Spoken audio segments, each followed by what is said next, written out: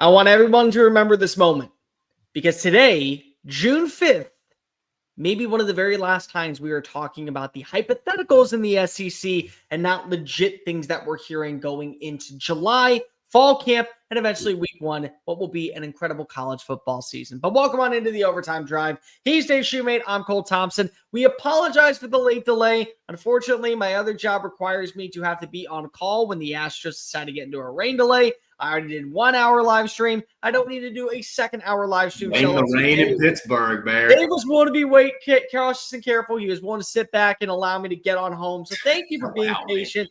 We still have a jam-packed show. There are a ton of things that we are going to get to tonight. Like, how does Florida make the postseason in 2025? What does Texas need to do to duplicate their success and maybe clinch their spot as the SEC champions? And then what could go wrong down in Austin and Gainesville that cost both these teams a spot in the dozen dance? Ole Miss's schedule is officially released. Let's go ahead and break it all down. Athlon Sports, it's magazine season. Happy magazine season to all who read. They came out with their first team All-SEC offense and defense. We're going to thoroughly dissect through that. And Dave and I have a bone to pick with one other content creator on some thoughts surrounding their quarterback conversation. But real quickly, like the video, hit the ring notification, and of course, subscribe to the channel because we talk college football every single day. Download the podcast version of the show wherever you get your podcast listening systems. Follow us on the socials. Link in the description. Follow Dave at Dave Shumate SEC, me at Mr. Cole Thompson, and check out all of our great work found at SECUnfiltered.com. And as always, this show is fueled by our friends over at FANDUEL. Go to FANDUEL.com/SECU. Join today in the madness, whether it be the Stanley Cup playoff finals, whether it be the NBA finals, whether it be the Super Regionals this weekend. I promise you, the SEC still has a shot to claim a national title because of 4 teams are sticking out. Whatever you want to go ahead and bet on it, make sure you go visit SEC Unfiltered. Make sure you go visit FANDUEL.com/SECU. Join today, get $250 in bonus bets when you win your first $5 bet. Schuster, how the hell are you?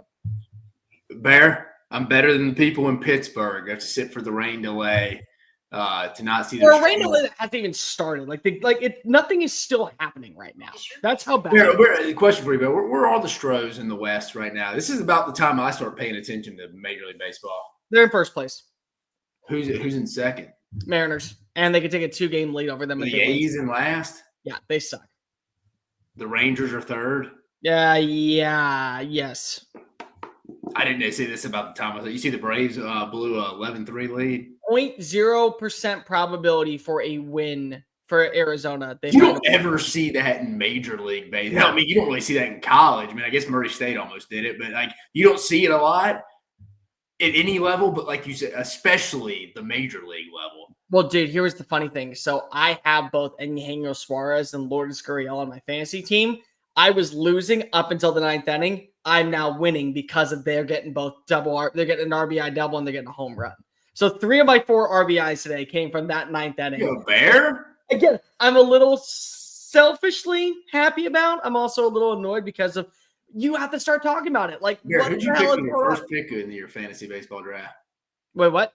Who'd you take in your first pick in your fantasy baseball draft? Well, ours is weird because we have a auction system, so we get certain money that we play, and then when you make that pick, if you land them, you end up getting to keep them, and then you get a keep system. I got you. I've had Gunnar Henderson in my farm system. I brought him up so I get to keep him for cheap. My first pick, I think, was Zach Wheeler for like $35. So and pitchers go fast. Like if you are lucky enough, like the dude that got Paul Skeens has held on to him for the last 2 years. And he's on a terrible roster right now, but he's trying to sell. Like he's very much trying to make sure that I haven't played fantasy baseball in years. That's why I asked you that. I'm like, who goes first in that right now? Oh, hey, usually Mookie. You'll every once in a while get like a Vlad Jr. or someone like that. It just and it all depends on how much you're willing to spend. Like I think Shohei this past year went for $58, and what was it? Vlad went for 48. So it's like really you gotta be willing to spend the money, and you gotta be able to keep that money. Okay. Let's not talk about fantasy baseball. Let's talk about college football because you knew you were coming for that tonight.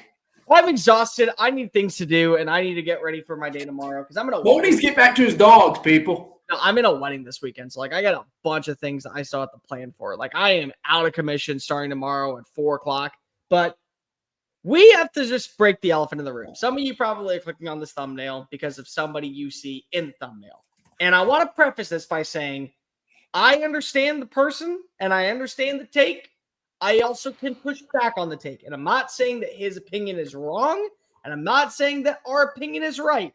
It's just a differing opinion, and we have to discuss it. Now that that's out of the way, so nobody will clip it and then say that I'm calling out somebody and not giving them the credit where credit's due.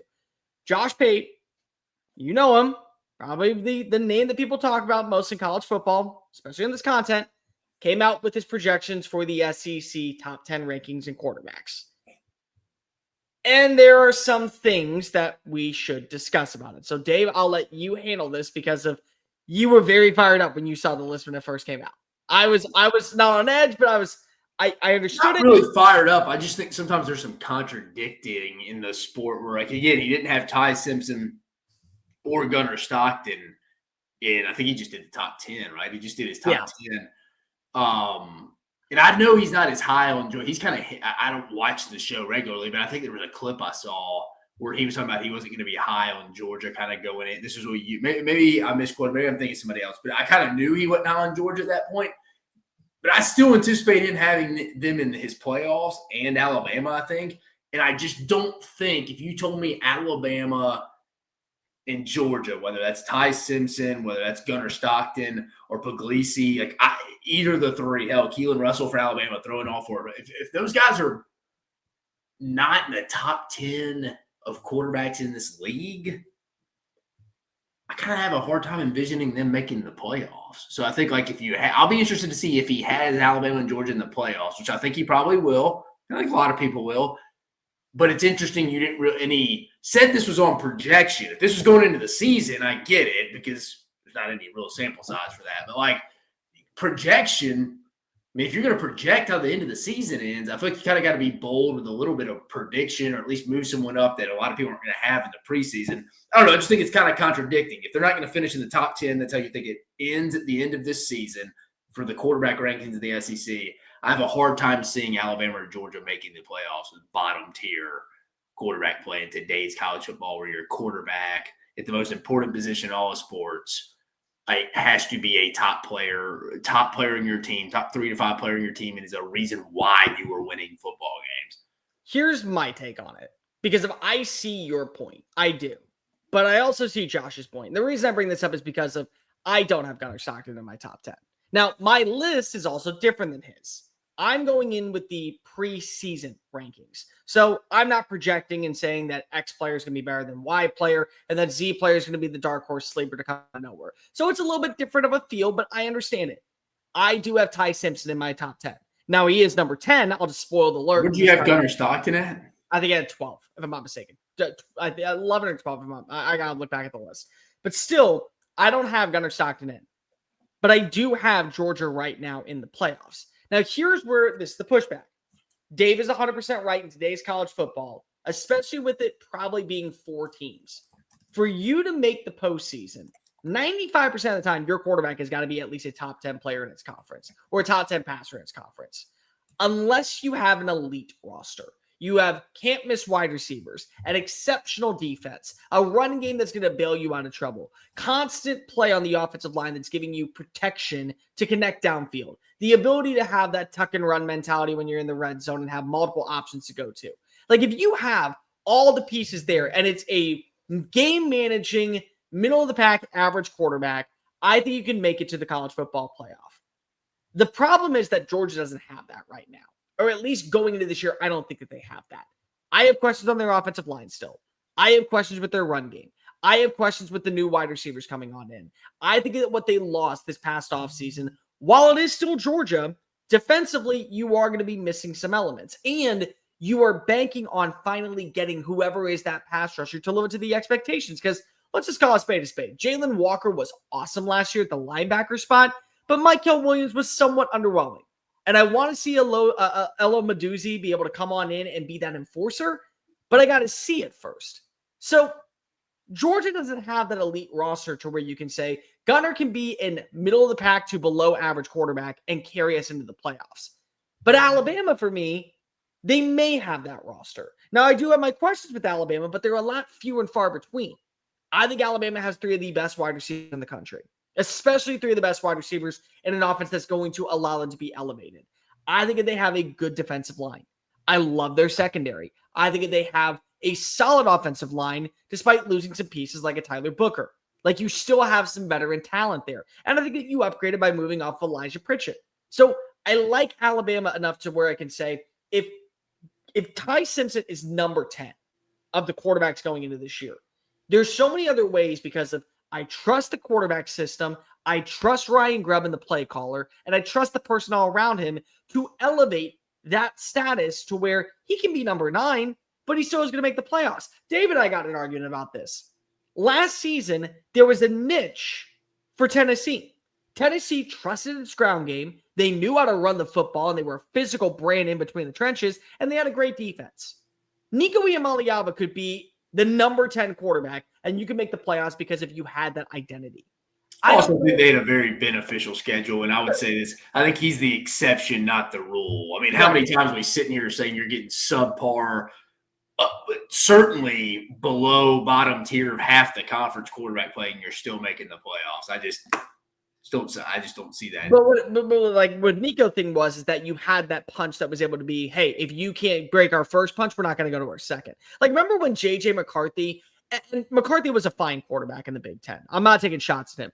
But that Penn State game, hey, stop the run, and then we'll throw at McCarthy. Oh, you should throw at McCarthy. They don't have a quarterback. It's like, you didn't stop our first punch. Why were we going to turn away from it? We kept beating you, Penn State, on the ground. We're going to take that advantage and run it up until you make us have to go to our secondary gear.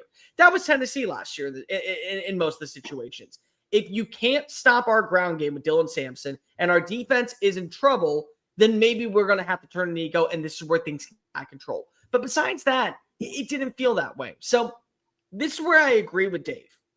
You're going to need better quarterback play than number 14 or number 13 in the SEC to win a conference title, or better yet, just make the conference. You can just straight say just better than what Josh Pate's projecting. I think you look at it, it's like, well, those are the top 10 quarterbacks. Where? Because I saw someone pose this question the other day on Twitter, and it was a good question.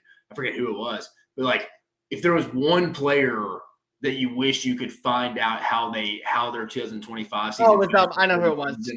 It started, and like someone had said Ty. I was like, dude, it's Ty Simpson. If you told me what Ty Simpson did, like that's all you told me, I was like, I could probably predict Alabama's schedule pretty good for you. Yeah, I think they have a lot of people back. They don't have near as many questions as a lot of other teams. If you told me what he did, I think you could predict the league, the playoff teams, and certainly Alabama. So I don't know. It's not a good sign, especially for Alabama if he's below 10th in the league. But Bud Elliott phrased that question, and there were two quarterbacks that came to mind. It was Joey Aguilar and it was Gunnar Stockton for me.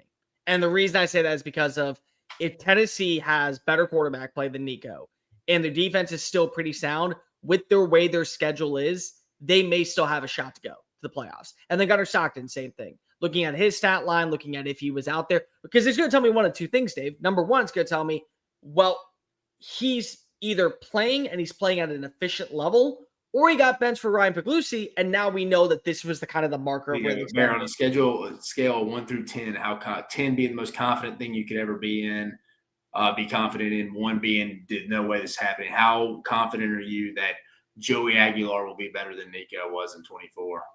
7. So you're pretty damn confident it'll happen. I think that if you're saying better, that means I get one more yard or one more touchdown. Yes, I think it's going to be one more. Just overall, he just performs better. Explosive plays are there and through the air more so than they were last year. It just depends how you define it. The interceptions will probably inevitably be up. But again, you may trade that a little bit.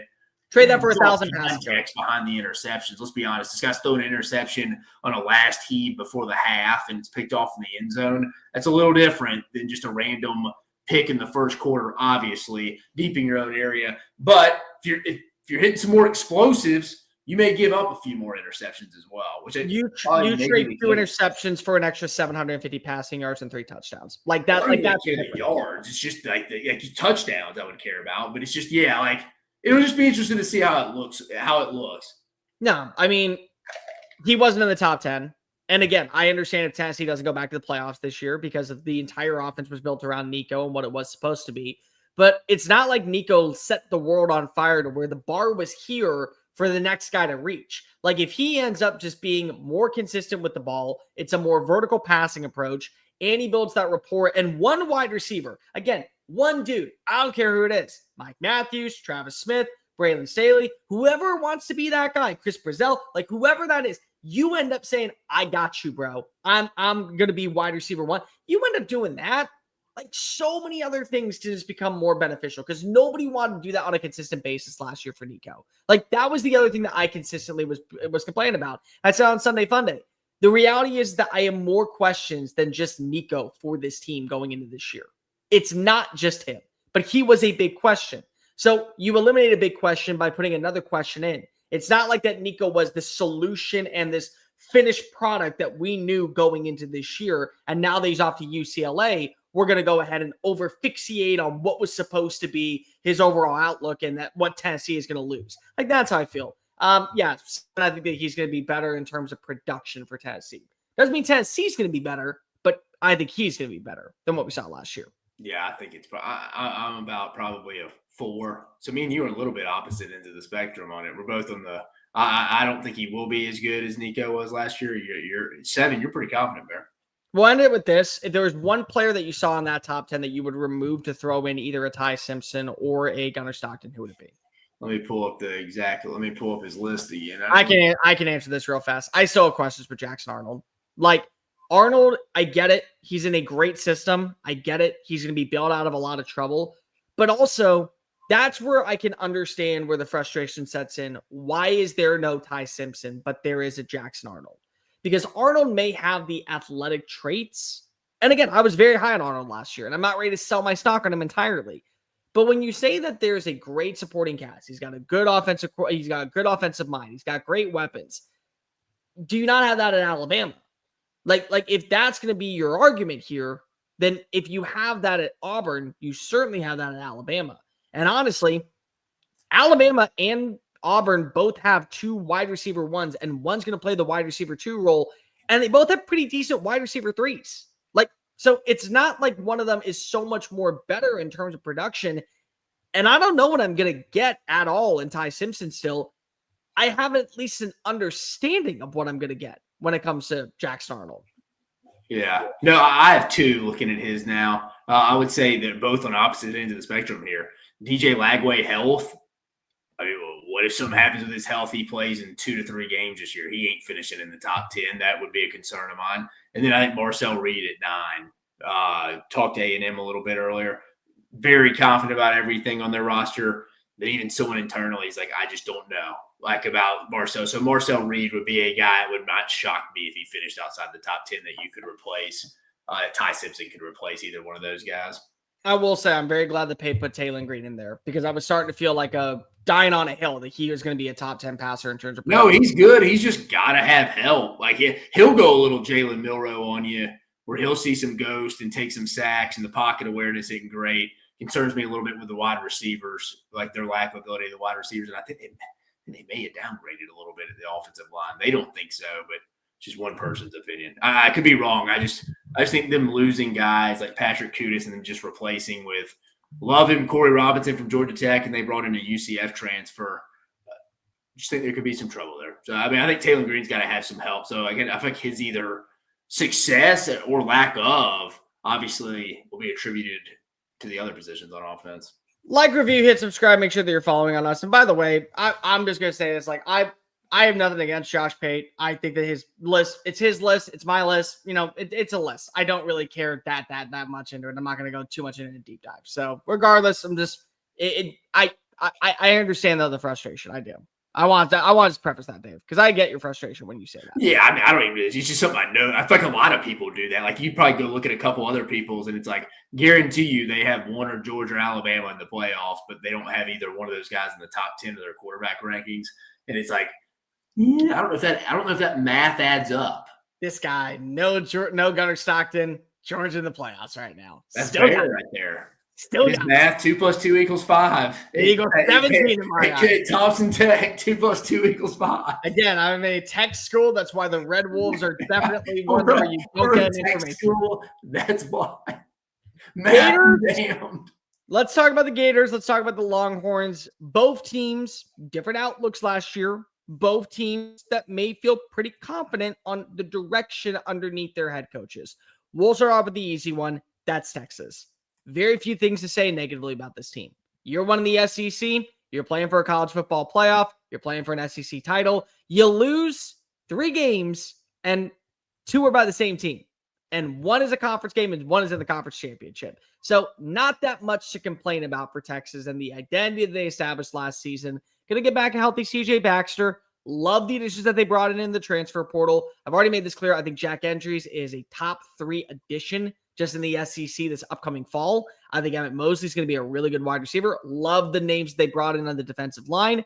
And you have some good talent that has been recruited and developed by Sark over the last few years to where it's not a plug and replace, but you're not clutching your pearls and screaming to the mountaintops. Watch Texas regress after what they lost in the draft with several key players. But the main subject here is going to be Arch Manning and how does he progress as actual QB1 for the first time in his college career. Year 3 in the system, year 3 working with Sark and AJ Milwee. Dave, I mean, this is pretty simple in my opinion, but what do you think is the way that Texas goes to the college football playoff? And why they go to the playoffs? Again, I think it's kind of like a variety of things. I mean, it's a combo of schedule,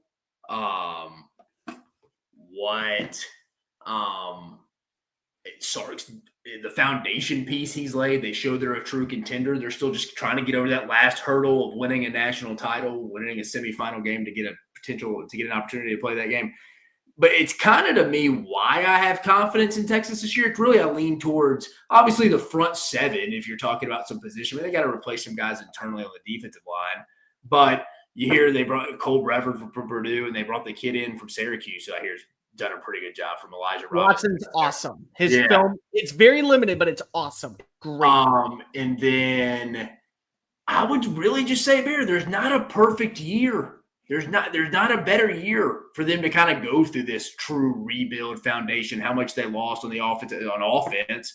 Like, everyone in the SEC has question marks, some bigger than others. Some teams like Alabama don't have a lot of question marks, but they do have a question mark at the most important position in all of sport. So, again, we just talked about that didn't pan out. Well, there we go. I know Texas doesn't play them, but Texas's schedule still very similar to last year. I'll just say, I don't know. I think as the season gets closer, it just feels like, yeah, man, I don't think Texas is going undefeated. I don't think a lot of people think Texas or anyone's really going undefeated.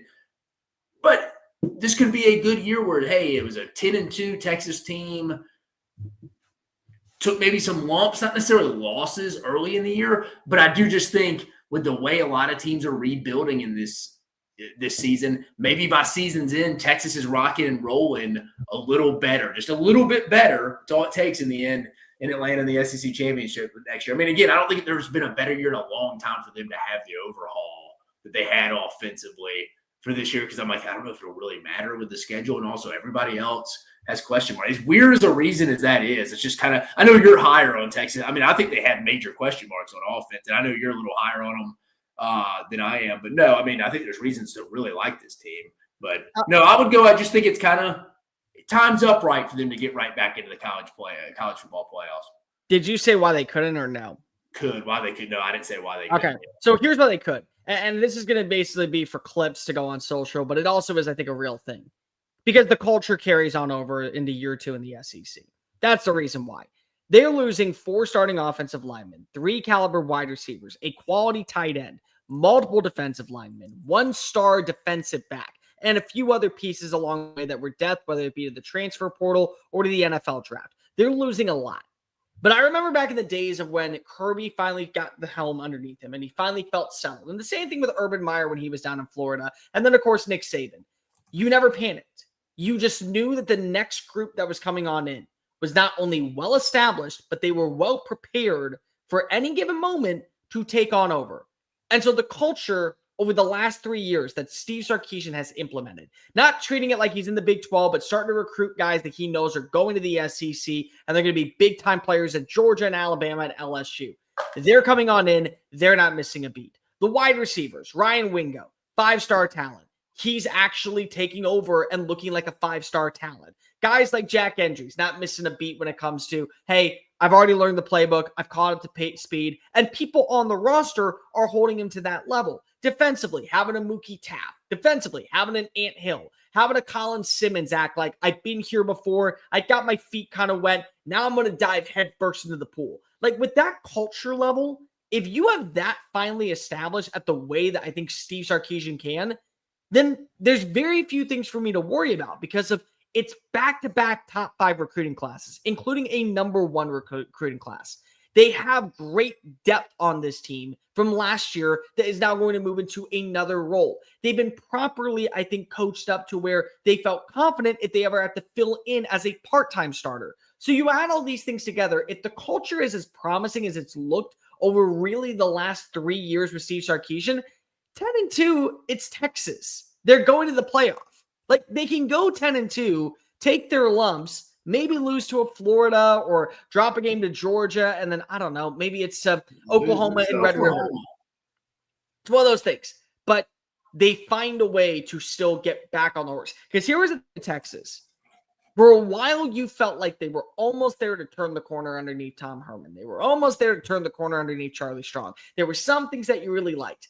I don't worry about that with Steve Sarkisian. So the culture for me, as long as it's as advertised, they're not missing the playoffs. That schedule is very manageable. You trust the players that are going to take that next step forward. And also, he did a damn good job of targeting certain positions that you knew needed to be addressed immediately with guys that have at least a little bit of playing experience. So that's also a huge emphasis on, we know our culture. These guys aren't ready. We're not going to throw them out to the wolves for them to drown. Like, that's culture, in my opinion. Why they won't, in my opinion, Bear, I'm going to go back. I mean, I'm a big line of scrimmage guy. I think I'm going to go offensive line, and I think specifically kind of an interior swing guy. I don't think this guy necessarily is the reason why they don't do or don't make the playoffs. I mean, I think Texas is going to be around 10-2. I think they do make it. But I think to how good this Texas team can be will be how they rebuild this offense to help Sark transition in this first year starting. It doesn't start any better than anybody. The potential left guard swing guy, Nito Miazula, I believe the Allen kid, that could be you replacing guys on the interior they lost last year. That's going to be tough this year for Kyle Flood. I mean, I trust he can get it done, but I think outside of Cole Hudson, and to be fair, DJ Campbell was ranked higher than Kelvin Banks was, if I remember right, out of high school. You got him back. You still got some question marks across the board. So I think Nito's ability to be that swing guy on the offensive line when you inevitably are going to have some injuries, he can be that little chess piece, good or bad, for Kyle Flood heading into a rebuilt offensive line, bringing in a new starter at quarterback in Arch Manning. And we talked about it. I mean, the easy low-hanging fruit, you lost your top 3 contributors on the outside. You add in Gunnar Helms. You got a lot of things to replace outside. I mean, your running back room should still be good. But again, I like Trey Wisner. I don't think Trey Wisner is a very make a lot of people miss. Is he an RB1? Let me ask you. I don't think so, no, to your question. I mean, granted, he had over 1,000 yards last year, but I think if in a perfect world, if he's your RB2, you feel really good about your running back room, which if CJ Baxter's that guy can kind of create on his own. Like, I don't know, most offensive line coaches would agree. After about 2.5, 3 yards, it's on you, big dog. Like at that point, I mean, you have linebackers hitting gaps. I mean, you're going to have to help yourself and make someone miss or run through some tackles. That's where Trey Wisner, not running through tackles, but making that guy miss at the second level to potentially turn it into a home run threat. I think he misses that a little bit, but he's one of the better backs in the league. Again, he was productive last year, but I do think with the loss up front, his production naturally could go down. That's why I think CJ Baxter coming back from that knee injury, his ability to create at that second level, at least early in the season, will be key. I'll go weapons just in general. Like, yeah, the offensive line is important. I get that, but the thing that we don't spend enough time talking about is while Quinn Ewers was at least a manageable quarterback, he got bailed out with really talented playmakers. Xavier Worthy, A.D. Mitchell, you throw in Matthew Golden, you get good tight end play from Jatavian Sanders, you get quality tight end play from Gunnar Helm. You like what you had in a limited role of Isaiah Bond. You like what you had with some other guys over the last few years. Jonte Cook in 2023. Like there was things that were willing to kind of elevate the game of Quinn Ewers to levels that if maybe Arch Manning had those players, you'd feel like that you were in a much more complete spot to go on a run to a national championship. So I'm not ready to sell. I'm not ready to buy all the Arch stock in the world and say he's coming on in. He's going to win a Heisman Trophy. He's going to throw for 5,000 yards. He's going to take Texas to the national championship. He's going to be the number 1 overall pick after this season. I'm not ready to do any of that. But what I will say is that Arch is an extremely talented player. upside material to where his ceiling is higher than probably anybody's in college football. But the way to get to that ceiling is by having that response mechanism with a security blanket. And I got to see it. I got to trust that Ryan Wingo, despite what I'm hearing coming out of camp and the way that he's looked and how they've built a rapport, I got to see it on Saturdays, that they're going to feel like that they're one and the same. I got to see Emmett Mosley come on in and factor with the offense. I got to see one of these young freshmen, whether it be Jamie French or you throw in Khalil Lockett, they can be that dude. I got to trust that Jack Entries is going to be able to act as a security blanket, which is the major staple in Sark's system all the way back to his time when he was at USC. And when you look at his time at Alabama, the tight end role is critical to the team's success. So I got to hope that I see that position. And until I do, that's going to be my question. What if you get average play from a Ryan Wingo and you get underwhelming play from your freshman? And Jack Andrews is a good tight end, but he's not a great tight end. That may be a 9-3 season ahead because they're dropping balls. It feels eerily similar to the way that I'm kind of talking about Carson Beck last year. Carson Beck made a lot of mistakes, but I still believe Carson Beck was a better quarterback than what we saw on the film at times because he had a team that wasn't blocking for him as well as in years past. And he also had the leading nation's he had the nation leaders in drops as his arsenal. So that might be the case for Texas this year. And they drop a game that they shouldn't. And now they're in win now mode when they play against Texas A&M. And if they lose that game, well, now they're sitting at home or they're going to some random bowl game rather than punching their ticket to the college football playoff. I think the weaponry is going to be really key because if nobody is established as a legit number one force, and we won't know if they are until we actually see them play. No, I agree with you there. Let's go to Florida. Florida, they got the quarterback when healthy. Now, let's preface that. When healthy, they have the quarterback. DJ Lagway comes on in last year. The moment didn't seem too big for him when he came in against Tennessee. Kind of realized I'm starting for the rest of the year. They get back-to-back rattle-off wins against college football playoff contenders in LSU and Ole Miss. They did a good job of bringing in the right names in this recruiting class. They have a top 10 recruiting class. They have some young players that are expected to be the foundation underneath Billy Napier. And they also have some veterans that you expect to be a lot better this year because they're more acclimated with the system. And also defensively, you have one guy calling the shots instead of two with Austin Armstrong going to Houston and Ron Roberts staying behind. So I'll just start real fast. For me, the way that I don't think, and I'm going to start with can't make the college football playoff, their schedule. It's just brutal. It's a murderer's row at times to where if you drop one game, you can't afford to drop the two that are required. So let's just say you think that you can lose in Jacksonville and lose to Texas. Those are the two that you can afford to drop, but you go 10-2. But let's say week 3 rolls around or week 4 rolls around and you're in Miami and you're playing against the Hurricanes and Carson Beck is wheeling and dealing. He's picking apart your defensive back room and you end up going down 31-24. But then you lose to a team like Georgia in the world's largest outdoor cocktail party. That might be 3 losses at that point. Just the way that their schedule is framed, there's reasons to believe that they may end up being a 10-2 roster. They may end up being a 10-win team like on paper. And the way that they're built, they may actually live up to the expectation. But just that schedule, that path, when the buys happen, there's so many things that can go so negatively south for Florida, where they can't afford an early season loss because of those games at the end are so critical to them being in that running. That's why I feel like that Florida may end up being 9-3, but they could be playing better than some 10 teams. It's just the way the schedule builds in their favor. The reason why I don't think – I'm going to go with the secondary, Bear. Again, the starters are fine. They're solid players, winnable players to me. It's really the depth. I don't mind Devin Moore or Jordan Castile out of West Orange. We were recruiting him in high school. Bryce Thornton, Dijon Johnson, Sharif Denson. Maybe you got Karani McLean, who's been in a couple different places. There's just really not a lot of depth. Very youthful. It kind of concerns me a little bit. You look at the schedule with some teams who they could play who could torch them. I mean, you got Garrett Nussmeier certainly could. Carson Beck certainly could when they play Miami. Arch Manning could. Marcel Reed takes the next step. He's got it in him. I mean, let's be honest. Blake Shapen, if he's healthy still on October 18th, I don't really think Gunnar Stockton's a guy torches people. I'm not going to mention him. Zach Calzada, I don't think so. Certainly Austin Simmons. And I think Joey Aguilar is at least going to test the waters. And I don't think Thomas Castellanos is that actual major threat. But it's so late in the year. I think there's a lot of, to your point, Bear, a little bit. The schedule, you're playing some potential big arms. Again, I'm not totally sold on the SEC at the quarterback spot this year as a whole.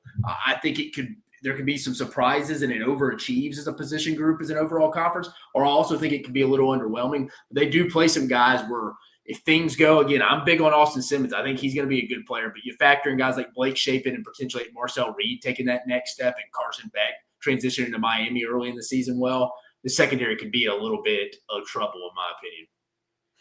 Reason why they can. If DJ Lagway is healthy, I think he has the opportunity to be the best quarterback in the SEC. And here's my thought process, Dave. If you think that you can beat Georgia and you think that you can beat Texas, then there really shouldn't be a reason why you can't think that Florida can get 10-2. Because there's not a big difference, in my opinion, when looking at Miami, when looking at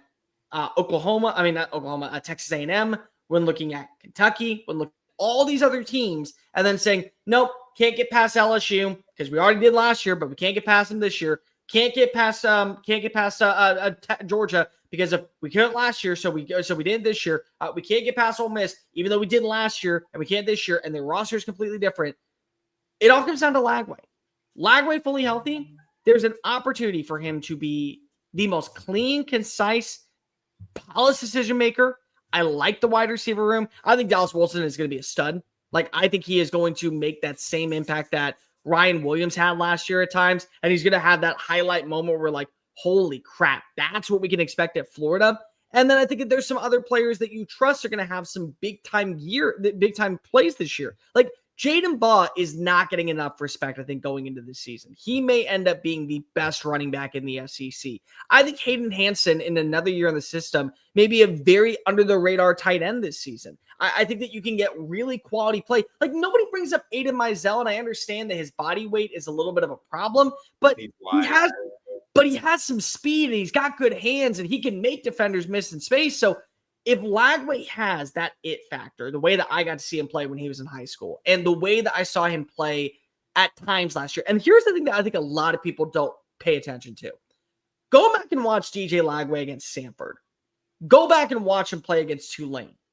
So much more mature, so much more decisive. The mechanics are a lot better. Like, if he gets even more progressively strong in that sense, he's going to have, I think, in my opinion, a better offensive line, at least on the left side. We have questions on the right side. That's fine. He's going to have a solid run game. He's going to feel acclimated as QB1 in a system that was perfectly designed for him. And he's going to have really good weapons. So I can't sit here and say, oh, well, they'll lose to Georgia. Maybe they won't. Oh, they'll lose to Texas. The game is in the swamp. Maybe they won't. If Lagway is as advertised, they absolutely could get to 10-2 and punch their ticket to the playoff, regardless how tough their schedule is.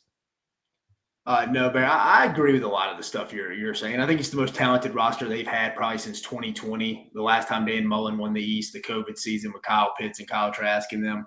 I would say this is the most talented roster. Like you mentioned, DJ Lagway, it goes hand in hand.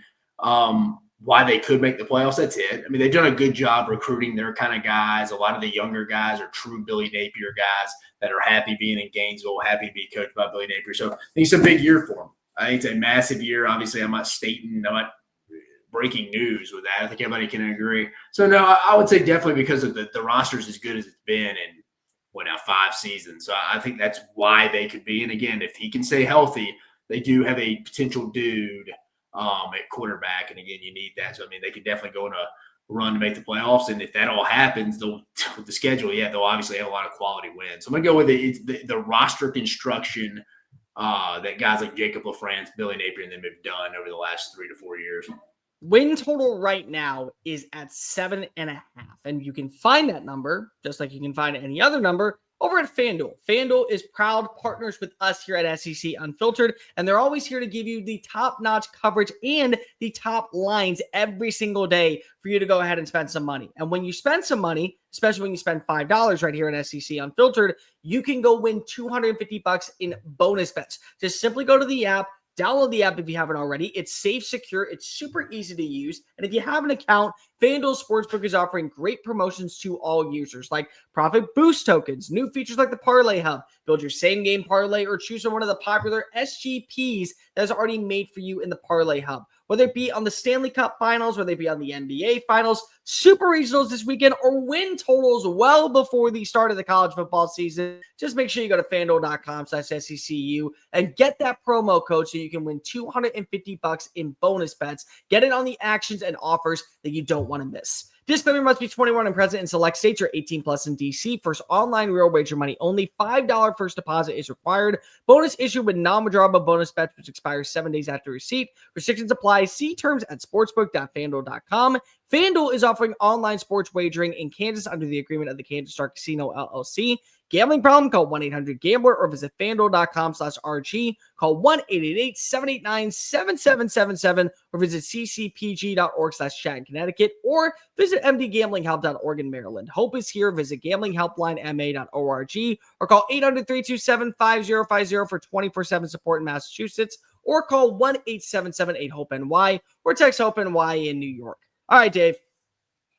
Athlon Sports has come out with their preseason magazine. And so have many other people. So for those of you that love to celebrate in the magazine culture, then by all means, let's go ahead and talk about it. Because recently, Athlon came out with their rankings. They're way too early rankings for their preseason first team. We're going to go through offense, and then we're going to go through defense. Position by position. Agree or disagree with the picks. Going into the year, let's preface that off the bat. It's going into the year, not how we think it's going to end. Just going into the year. Quarterback Arch Manning. I mean, I could see why someone would argue against it, and I could see someone might be like, well, that's who I think will fit. I mean, you can make a case either side to me on that. But if you had to make the call, would you have Arch Manning? No. But again, I don't hate the pick. I get it. I mean, it's kind of the sexy. It's like the new girl in school. It's I hate it. Anticipated. I hate it. I absolutely hate it. It wouldn't shock me. I mean, again, it wouldn't shock me if he ended up being the better quarterback in the league. But, yeah, I mean, I think – yeah, I kind of like Lagway, again, if he can stay healthy. Nussmeier, you mentioned. Nussmeier would be my pick. Nussmeier would be my pick. Mateer, I think, could be in that conversation, but I just got to see it with the wide receiver core. Nussmeier has everything going for him. He has his offense coordinator back. It's year 2 in the system as a starting quarterback. He's got better wide receivers that I think that we give him credit for. Yes, you lost some names, but you also still have Aaron Anderson. Nick Anderson's a stud. I really think that we are sleeping on Barry and Brown coming on into this unit. The only question is that if he ends up throwing if he has more turnovers and he can't get that rate down, well, what do people view him as? Like, that's something that I think is concerning, where Arch, maybe you aren't concerned about that. I think that Lenore Sellers belongs in that category as well. I would have Arch probably at number 3. I'd have Nussmeier at number 1 personally. That'd be my pick. Running back number 1, Ahmad Hardy for Missouri. Yeah, I don't hate that. They could be pretty good on the offensive line this year. Again, I think that'll be key for a lot of these backs. I don't hate him being 1 or 2. I can understand him. Okay, so let's put Jade. Okay, let's go to the next one. Jaden Ott. Like, how do you feel about that? Because he's so injury prone. So I don't like that. I think. Again, I don't think Trey Weiser's a real RB1, but I think you put him ahead of Jaden Ott, in my opinion, I think. But again, I'm kind of contradicting myself a little bit. I don't think Texas's offensive line is going to get off to a roaring start, so that'd hold him back. I mean, you know who I throw in there? Because I think he's going to improve. I like Nate Frazier. Again, now somebody, because his fumbling issues, may not put him there preseason, but I could see him there at the end. So my 2 picks would be Jaden Baugh and Lavian Moss. And I get it with Lavian Moss coming off of injury, but Moss was leading the SEC in rushing when he went down against South Carolina. Like, that has to count for something. And I think that he has great open field speed. And I think that he is going to be a backbone and a stealth piece for Texas A&M. If A&M is going to be anything this year, they're going to have to trust their run game, and their lead back is going to be Lavian Moss. So I just think that he's going to put up incredible production. So, yeah. And then I also think that you got to look at Jaden Baugh for what he did last year in a small sample size. If he continues that now with no longer splitting routes with Montreal Johnson, we are talking about a 1,300-yard rusher. And I get it when it comes to Ahmad Hardy, because I don't think that he's a bad player by any means whatsoever. But he's coming in from the G5 level. I have my questions with that, especially playing at Missouri, where I don't know what to expect for the offensive line. I think it's going to be fine. I don't think it's going to be terrible at all. but I do have my questions when it comes to Missouri's offensive line. I have fewer when it comes to certainly Texas A&M's, and I have fewer when it comes to Florida at this point. So that's why I would have those two running backs in. And I also know what they look like in the SEC. Wide receiver 1, Ryan Williams. No debate, right? Yeah, I mean, I could see him maybe not ending up on this, but yeah, going into the year, yeah. Cam Coleman, wide receiver 2. Any debate? I want to see Cam Coleman have a big game against somebody not named ULM. But yes, I could see why he gets a lot of the hype going into the year. He was just a freshman last year, had a productive year, but a lot of that production was really against. I mean, yeah, the A&M game he was solid, but a lot of ULM too. The A&M game was the one where if you want to be like, let's see him put up some numbers. Okay, well, A&M was the one, and it was against a very awful secondary at the time. Wide receiver 3 is where I think that we're going to dissect and pick another name. It's Deion Burks from Oklahoma. See, I think it could be like Nick Anderson have a random year at pretty good because, again, he is a quarterback. It's proven. I like – me and you both like Jeremy Bernard a lot, but I don't know if he would ever get enough touches when you add in Isaiah Horton and obviously Ryan Williams on there. Maybe you have somebody that we talk like Casey Concepcion would get on there as a transfer from A&M. I don't really like Tennessee's receivers right now, so I wouldn't have anybody from there. Florida right now, I mean, Eugene Trey Wilson, maybe if someone just go Georgia. I mean, if you wanted to go Thomas or Branch. No Thomas, yeah, Branch, but you're kind of projecting there, and Gunnar Stockton scares me a little. That's really, man, who else? I mean, who you missing? I mean, I'd go Kevin Coleman, personally, out of Missouri. Yeah, you're higher on him from Missouri, which I could see. But again, I think a lot of that, I don't know what I'm getting in Bo Prabula. Like, so sure. I'm like, that's going to have a big say. I just feel like that last season, we didn't talk enough about him because he played for a 2-10 Mississippi State team. I think that you're going to have better play at quarterback just simply because I have faith that Kirby Moore's going to get a better version of Bo Prabula. And he's athletic, and I think that at some point you're going to have that breakout game. He was number 5 in receiving yards last year in the SEC, and it was like, oh, he's there. Like, that was the feel. I have that disrespect. Aaron Anderson would be my other pick, by the way. Yeah. Too. Like that, like just in the slot, good open field speed, having that ability to kind of break and miss tackles. All-purpose player was a name that you brought up, and that's why I didn't mention him. It's Casey Concepcion coming from NC State to Texas A&M. Yeah. Yeah, they categorize this stuff on both sides of the ball weird. Like, I don't even know what they're playing with. They're playing with 4 secondary guys. Nobody plays with 4 secondary guys. I think that at his best, Casey Concepcion's a top 7 player. I mean, wide receiver in college football. Yeah, I mean, I don't really think an all-purpose player is considered, but yeah, cool. Yeah, Casey Concepcion, throw him in as a skill slot, toy gadget guy with you too. This was the easiest one on the list that they made, and I have no notes. Eli Sowers, tight end for Vanderbilt. Yeah, I like my guy Daquan at Ole Miss. I think he could get up there. He's going to get some touches. But yeah, going in sexy season off last year, who have a quarterback, a primary threat. Yeah, I don't hate that as well. I like Daquan Wright, though, would probably be my other potential one at Ole Miss. If Andrews was at Texas last year, maybe I'd put him on this list, but because of that, I'm going Sowers. Just he's a better blocker. He's good open field receiver. He's going to get his due. He's going to get his touches. He's going to be a name. Like scouts were actually kind of pissed off that he didn't go pro this year because that's how much they liked his tape. So when that says something about like him coming back for one more season to pair up with Diego Pavia, I got to believe that he's going to meet some expectations. Offensive line, Jake Slaughter's your center. Parker Brailsford is one guard. Amaz Reed Adams is the other one. Caden Proctor, Caden Green. This is my other bone to pick. You put 2 centers on here. With Brailsford? Yeah. Yeah. Well, they have a guard playing on. So you put 2 sides. That's why I'd say sometimes it's like, all right, well, yeah, I mean, both of them are fair. You can give Slaughter the nod. Amaz Adams Reed, a kid we signed at Kansas out of DeSoto at a high school. Yeah, he's – Caden Proctor, I didn't think he had a great year. But again, there's not a lot of great offensive linemen out there, so it's tough to be nitpicky. I do like Caden Green from Missouri a lot. I think he's fair to be on there. Yeah, I don't have a problem. I don't really have a major problem with this. I think all these guys, if Jaden Roberts plays healthy this year, he could be an All-American guard. He's got it in him. Like, I don't know. Like, I like Connor Liu, but he's another center at Auburn. I don't know. I mean, yeah, I mean, the offensive line play across the sport sometimes, Bear, is just not great. So again, like you could nitpick all you want. You can nitpick all you want from that perspective. I mean, I'm looking at it too. I mean, Ernest Green maybe takes a next step at right tackle for Georgia this year. I mean, who else you got? Why am I blanking on the top of my head?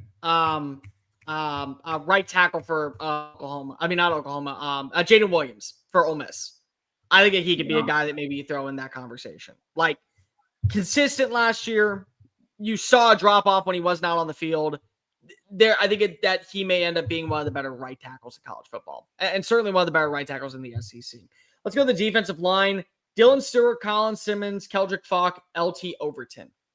I really don't have a problem with any of those four. I like all those four a lot. I mean, really, let's think about it. I mean, they didn't do any interior guys. Those are all edge. That's the thing. Is that do we have that defense is going to get ran right at, Bear? There's no weight there. That's the thing I hate about it, though, is like you don't do positions. Like you just you just put like the four best defensive linemen. It's like, well, I mean, okay, you're going to be poor Colin Simmons and LT Overton, boys. You're playing 3-tech down there. Well, LT in a 4-3, I think would at least be manageable as a 3-tech if you put a little bit of weight on him. But he's got a bigger lower body. Yeah, he's got the more interior body type out of the four. Yeah, but him and Falk are shifting inside because you're not playing Dylan Stewart or Colin Simmons at the 3-tech. They're staying off the edge. Linebacker, Suratane Perkins, Anthony Hill, Whit Weeks. Centurion Perkins, I don't know. I'm going to need to see this year. This may be a little premature. Anthony Hill, I'm perfectly fine with as a pass rusher too. Whit Weeks, sure. I mean, again, it's kind of like the offensive line to me a little bit. Inside linebacker play, it's a little bit of a dying breed. It's kind of like catcher in baseball. Nobody really wants to be it anymore. But I'm fine with it. I mean, I like Deontay Lawson in Alabama if he comes back from his injury a little bit better. And I like Whit Weeks, if I'm being completely honest with you. There was one more I didn't mention, Torian York for Texas A&M. And I like Torian York a lot. So he's on there. Whit Weeks would be the only one I'd question. Yeah. And Centurion Perkins too. Yeah, I'd question Perkins a little bit more than Weeks at this point. Like, yeah, I for sure. I'm not high on. I should say not high. I don't think they're both deserving to be on this list right now. Could be. I think Weeks going into this year's top 10 linebacker in college football. Now he's closer to 10 than he is, I think, 5. But still, I would put him probably close. I'd probably put him in the top 10. I don't have Perkins there, but like York's number 3 for me going into this season, and Hill's 1. Like Perkins could be. I mean, he's a freak show of an athlete. Yeah.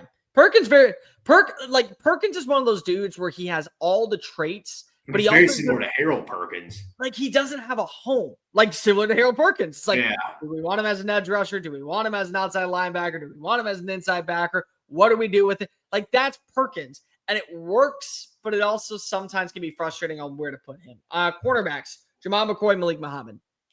I'm fine with that. I think one of the kids from, one of the guys from Auburn, either Kayan Lee. Or Jay Crawford could end up being pretty good as well. I mean, both Alabama guys are both good. Damani Jackson. I mean, I'm trying to think there's some decent corners in this league this year. Kaylin Lee would have been my pick over Malik Muhammad. Yeah, I mean, I'm fine with that too. Yeah, I can definitely see that. KJ Bolden and Mookie Taff as your 2 safeties. KJ Bolden and Michael Taff. I like Michael Taff a lot. God, the other safeties. I mean, I'm looking at my depth charts now. I'm trying to see. Would you put Bray over KJ? Because right now I would. Yeah.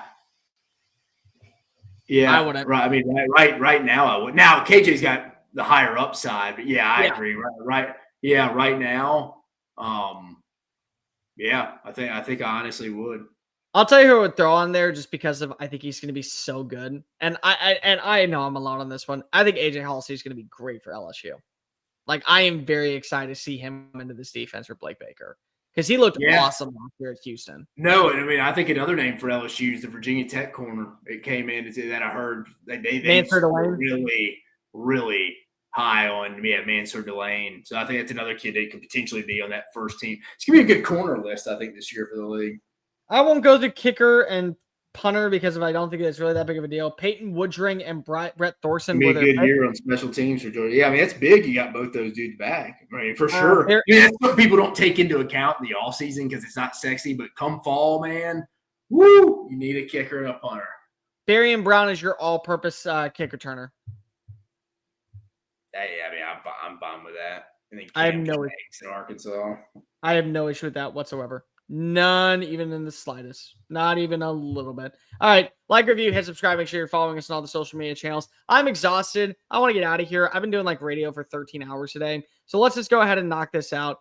Ole Miss's schedule for 2025. Right here, Bear. Show 'em. Georgia State, week 1. Kentucky on the road at Kroger Field. The redemption tour continues week 2. Arkansas, Tulane. Then you get to play LSU. Then you get to play Washington State. Georgia in Athens at Sanford. I can only imagine that's going to be a night game.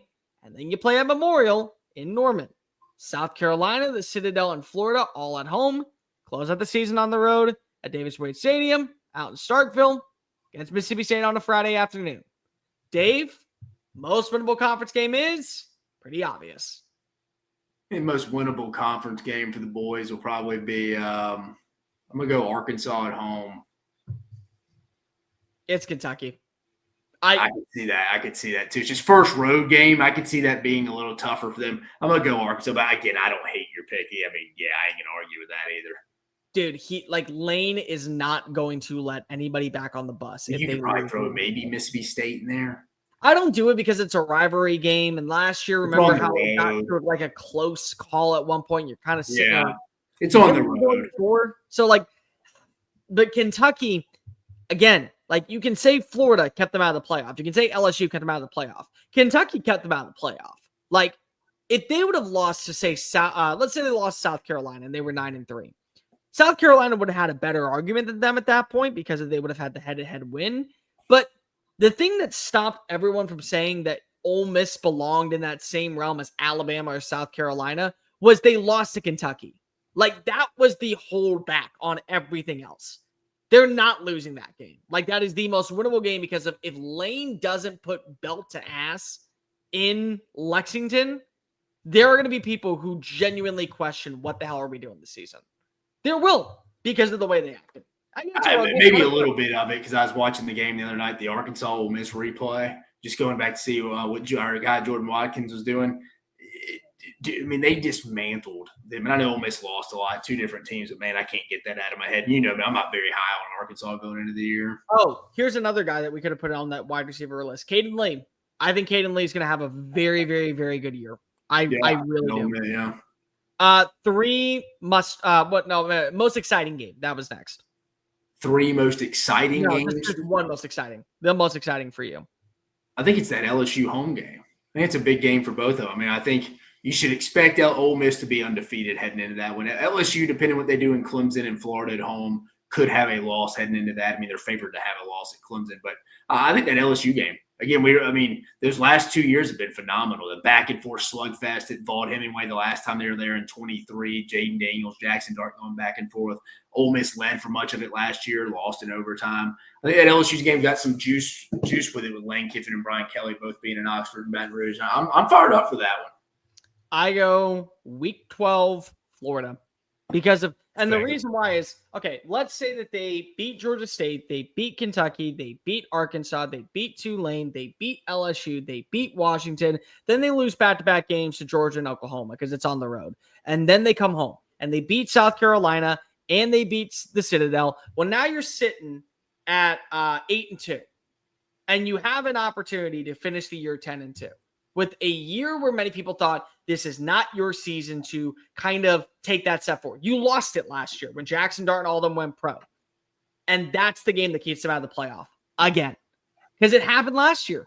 All you had to do was beat Florida because you were going to beat Mississippi State. You're in the postseason. You're going. And I've said this multiple times. I die on this take. The most dangerous team of the SEC competitors in that postseason would have been Ole Miss. I think if they were built. I truly do. I think if they were special, I think if they had an opportunity to truly prove that they were worthy of competing for a national title, get that monkey off Lane's back, and that game cost them. And I think that there's a part of me that says you can't afford to lose that game in any capacity. You have to feel like it's not a must win, but looking at the schedule, you lose to LSU, you lose to Georgia, you beat everybody else. You want to go to the playoff, you got to win that one. And that was the monkey last year that cost you a spot. So it's exciting, and it's in your backyard. It is, and that adds more validity to it, that you're not playing in the swamp. You're going to have people. Yeah, I don't hate that game either. 3 must-win games, in your opinion. I think 3 must-win. It's got to be LSU, South Carolina, and Florida. I mean, I think that's really going to be the tipping point. What they do in those 3 home games is going to tell the tale of their. I mean, we'll get to it in a minute. The ceiling and floor of this team. I mean, if you told me what their record was, either 3-0, 2-1, or 0-3 in that, or even 1-2, like I think I could tell you what Ole Miss's final record was. I think those 3 home games are going to have a big say in what Ole Miss ultimately finishes. So I'm going to go that LSU, South Carolina, and Florida all at home. I'll change one. I will get rid of LSU and I'll put Oklahoma in. And the reason I say that is because of number one, you went on the road. It shows that you don't just need to have the game if you were to make the playoffs in Vaught for you to feel confident. You can play in a hostile environment and you can have that opportunity to be able to win wherever. You feel confident that your quarterback's going to be able to handle the pressure with the dilutes of the stadium shaking and the validity of what comes on the field and, you know, not being able to have that overall atmosphere of safe and sensibility. So I picked that one. South Carolina and I think Florida are both two must-win games. Because here's the thing. If you lose to Georgia, what's going to be the thought? Well, Georgia's better than Ole Miss. You lose to LSU, what's going to be the thought? Well, going into the year, we all thought that Ole Miss were not as good as LSU. I don't know how many people are sitting here saying how much better is Oklahoma than Ole Miss. How many people think that South Carolina? And Barry, let's be honest too. That Oklahoma-Georgia stretch. I mean, that's the daunting task of. I think people underestimate it because it doesn't happen as much as you would think. The true back-to-back weeks of road games, not bye weeks in between. Teams rarely go 2-0 in that. It's just a lot. South Carolina, how much better do you think that they are than what's it called? Than Ole Miss? How much better do you think Florida really, really is than Ole Miss? With how much they spend in NIL, with how much they feel confident in the roster construction, with finally adding in a couple of 5-stars that were homegrown talents, like what they brought in with Cade Cunningham.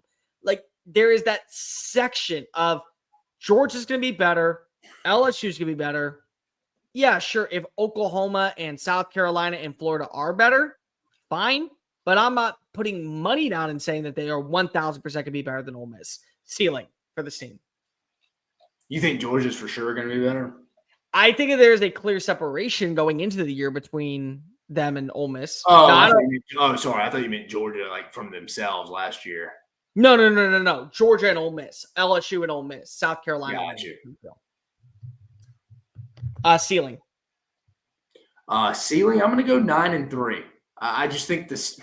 I think this team, again, we saw it last year. They lost 2 games they shouldn't have. I think this team at least is going to have a loss in them. Maybe I said it's a game I'm confident they win, but I mean, you truly never know. I mean, the Arkansas, Kentucky, would Ole Miss stub they stubbed their toe in one of those?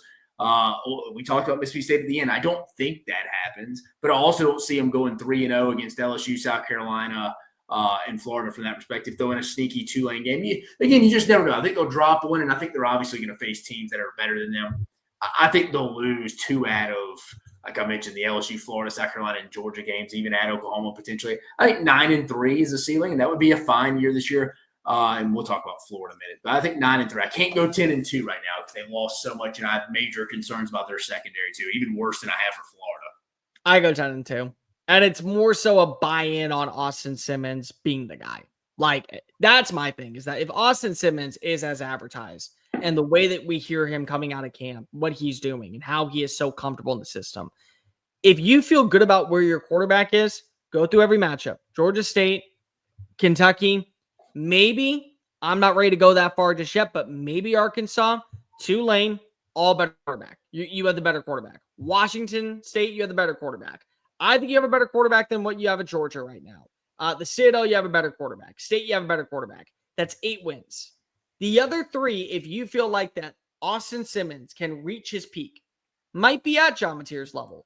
Lenore Sellers could take a minor step back. He might be at Lenore Sellers' level. So you add all those things together, even if Ole Miss, despite the missing links, quarterback play is essential. It's almost necessary if you want to go to win a college football playoff game. If he ends up meeting those goals, and I think he can, 10-2. I think 10-2 is a decent ceiling. Now, my floor is 7-5 for this team. They're not going to miss a bowl game, but I don't think that they can just easily overlook a Tulane or easily feel like that Mississippi State's just a walk in the park. Or Arkansas, they can handle it because of it's at home. I don't think they can be that. Yeah, I'll go 6-6. Probably a little closer to 7 than I would say I am 9-10 from their ceiling. Because, I mean, they got a lot of very winnable games on the schedule like it was last year. Georgia State, Kentucky, Arkansas, Tulane, Washington State, the Citadel, and Mississippi State. That's not even diving into the LSU, South Carolina, and Florida games they all get at home. I mean, that's 7 games that you're like, yeah, they're definitely going to be the favorites going in. I have a hard time seeing them drop more than one of those. And then I have a hard time not seeing them get at least one of those games at home. And then maybe you get Oklahoma, and obviously you get Florida coming to town later. I mean, yeah, again, I kind of lean a little 7-5 floor just because of the schedule. But this team still dropped in 2 games they probably shouldn't have last year. I just think they have that in them this year, at least one. I'm going to go 6-6. If an injury bug were to happen, it's bad, especially like I said in the secondary. I mean, they couldn't even feel to start a second team secondary in the spring. So it could get off the rails real fast. But again, I don't think it would ever get off the rails so it's a losing season, as you mentioned, Bear. They're not going to miss a bowl game. I think this team's really, honestly, in the 7-5, 9-3 range. Really, honestly, think they're an 8-4, 9-3 type of team. Like, review, hit subscribe. First off, who is right?